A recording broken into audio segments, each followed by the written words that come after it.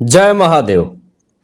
जो खुद इस्तीफे की मांग कर रहे थे, आज ऐसी स्थिति बन गई है कि इस्तीफा देने के लिए मजबूर हो गए हैं।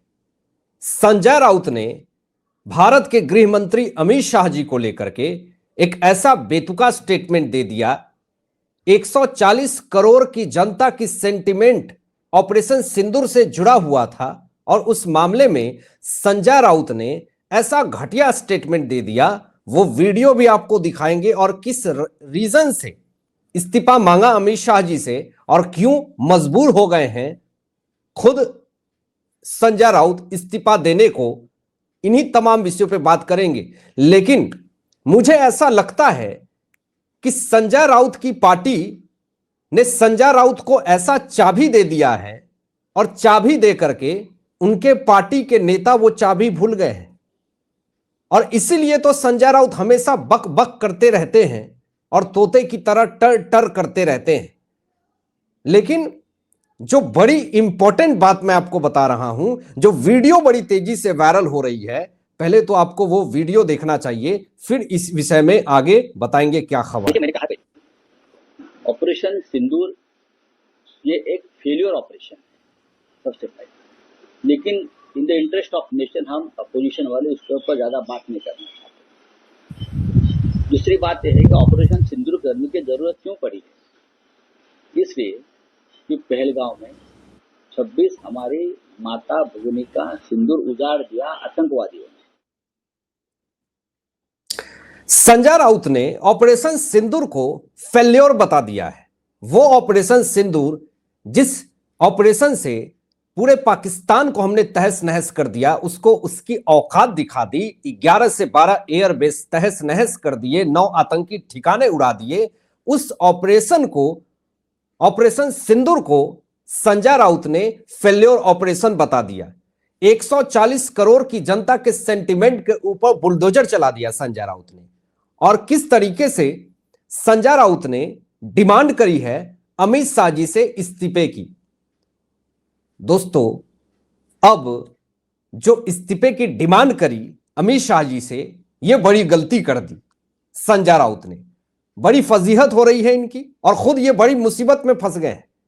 अब यहां पर 140 करोड़ की जनता की सेंटिमेंट के साथ तो इन्होंने खिलवाड़ किया ही।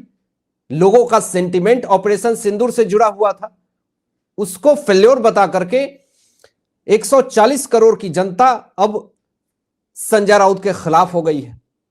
उसके बाद इस पे पूरी तरीके से राजनीति होने लगी। इतना दबाव बनाने शुरू हो गए संजय राउत के ऊपर कि अब ये खुद मजबूर हो चुके हैं इस्तीफा देने के लिए। आप देश के गृह मंत्री से इस्तीफा मांग रहे हैं। देश की स्थिति परिस्थिति का आपको जरा भी भरोसा नहीं है और जरा भी विश्वास नहीं है कि आखिर क्या हुआ। एक अंधा भी जान जाएगा कि हमारी सिस्टम, डिफेंस सिस्टम पाकिस्तान में 100 किलोमीटर अंदर घुस करके पूरे उसके ठिकाने को तहस नहस कर दिया। जरा देखिए उसके बाद संजय राउत की कितनी बुरी फजीहत हुई है। भाजपा सांसद संजय राउत के ऊपर एक व्यंग्य चित्र बनाते हैं और पाकिस्तान का भोंगा कहते हैं संजय राउत को। मराठी में लिखा हुआ है और ये फोटो जिस हाथ पे लिखी हुई है उस पे पाकिस्तान ISI बना हुआ है, टैटू। तो पूरी तरीके से पलटवार किया। भाजपा के सांसद ने बड़ी लतार लगाई और खुद डिमांड कर दी कि संजय राउत को इस्तीफा दे देना चाहिए। दबाव बनाना शुरू हो चुका है संजय राउत के ऊपर कि आप अमित शाह जी से इस्तीफे की मांग कर रहे हैं। किस बेसिस पे? अभी यही नहीं मसला रुका, आगे देखिए जरा। यहां पर महाराष्ट्र के एक मंत्री ने ही संजय राउत के दिमाग को सड़ा हुआ कह दिया। दिमाग नहीं है, बिल्कुल सड़ चुका है। बिना दिमाग की बात करते हैं संजय राउत। अब आखिर कौन से मंत्री ने इतना बड़ा स्टेटमेंट दे दिया, जरा ये भी देखिए। महाराष्ट्र के गृह राज्य मंत्री योगेश कदम ने शिवसेना सांसद संजय राउत पर ऑपरेशन सिंदूर को असफल बताने के ऊपर तीखा हमला किया और कहा कि सड़ी हुई मानसिकता को यह दर्शाता है बयान। पूरे देश को भरोसा, पूरा विश्व नरेंद्र मोदी जी का समर्थन कर रहा और हमारे देश में नेता हैं वो ऑपरेशन सिंदूर को फेल्योर बता रहे हैं। तो ये सड़ा हुआ दिमाग नहीं तो और क्या है। महाराष्ट्र के इस मंत्री ने भी यही कहा कि संजय राउत को अभी इस्तीफा देना चाहिए कि 140 करोड़ की जनता के सेंटिमेंट के साथ खिलवाड़ किया संजय राउत ने। मामला यही नहीं रुका दोस्तों, जरा देखिए यहां पे संजय राउत पर जलगांव से मुंह काला करके निकलेंगे, ये गुलाब राव पाटिल की चेतावनी है।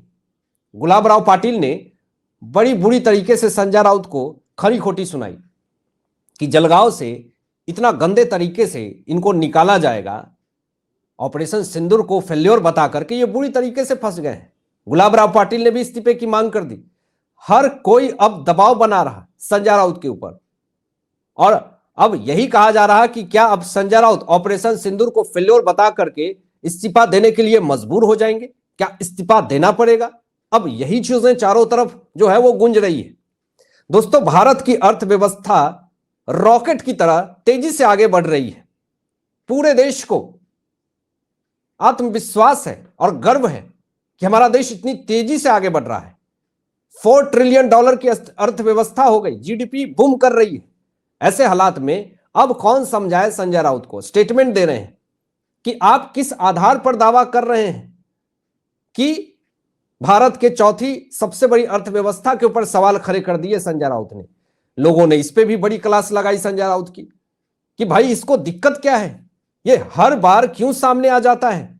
कभी भारत की अर्थव्यवस्था के ऊपर सवाल खड़े कर देता है। चौथी नंबर पे अगर हमारी अर्थव्यवस्था है, हम जापान से भी ऊपर उठ गए हैं, तो आखिर संजय राउत को क्या दिक्कत हो रही है? मतलब ये भरोसा करना नहीं चाहते हैं कि भैया हमारी अर्थव्यवस्था इतनी मजबूत हो गई है, हम चौथे नंबर की अर्थव्यवस्था बन गए और तीसरे नंबर पे भी आ जाएंगे। ये भी ऐलान नरेंद्र मोदी जी ने कर दिया। एक तरफ आप अर्थव्यवस्था पे सवाल खड़े करते हैं, ऑपरेशन सिंदूर को फेल्योर बताते हैं। अब क्या कहें कि आपको किस किस चीज से दिक्कत है? बाल ठाकरे को बर्बाद कर दिया।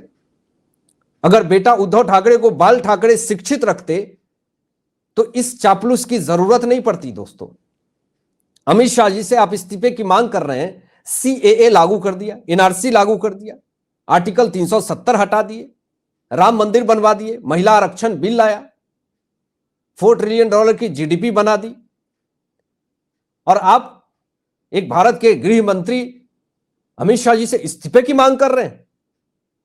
लोगों ने यही डिमांड किया कि संजय राउत को अभी सर नीचा करके तुरंत माफी मांगना चाहिए 140 करोड़ की जनता को ऑपरेशन सिंदूर को फेल्योर बताने के आरोप में। यहां पे आपको बता दें, हो सकता है कि संजय राउत उप मुख्यमंत्री बनने का सपना देख रहे हो, टूट गया है, इसलिए जहर उगलने से पीछे नहीं हटते। एनसीपी को भी बर्बाद कर दिया, उद्धव की शिवसेना को भी बर्बाद कर दिया, खुद एक फेल्योर नेता और फेल्योर संपादक बन के रह गए हैं, और सवाल अमित शाह जी के ऊपर और मोदी सरकार के ऊपर उठाते हैं। लेकिन अब आपकी क्या राय है इन तमाम विषयों पे जरूर कमेंट करके बताइएगा कि आप क्या सोचते हैं। मिलते हैं एक लेटेस्ट ब्रेकिंग एनालिसिस के साथ, तब तक अपना ध्यान रखें, ख्याल रखें। सत्यमेव जयते। जय हिंद।